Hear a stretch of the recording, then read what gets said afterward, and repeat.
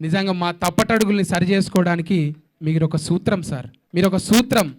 అది ఎంత పథ్యం ఉండాలంటే ఎల్లేదన కనవడంగానే లబలబలబ ఉరుకుడు అవుతున్నది. సార్ను చూసి నేర్చుకోవాలి. మాకు ఒక సూత్రాలు చెప్పారు సార్ మీరు, భగవంతుణ్ణి కిచెన్ లెవెల్కి తీసుకురాకుండే అని. గొప్ప మాట సార్ అది.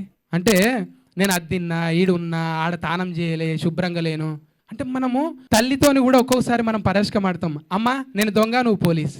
కానీ మనం కొలిచే దేవుణ్ణి కూడా ఒక్కొక్కసారి అంటారు, ఉన్నావా అసలు ఉన్నావా, ఉంటే కళ్ళు మూసుకున్నావా, ఈ లోకం కుళ్ళు చూడకున్నావా. అంటే ఆ పాటలు దేవుణ్ణే తిట్టినట్టు ఉంటాయి. మరి అప్పటి సోషల్ మీడియా లేదు, ఒక్కటి పొల్లు పోయినా ఇప్పుడు రేపు పొద్దుగాలు ఉంటారు చూడు, నోరు జారిన బిత్తిరి సత్తి వాయమ్మా అవి పెట్టలేక, ఆ కామెంట్లు చూడలేక మనం బతికేదే అనలే కదా.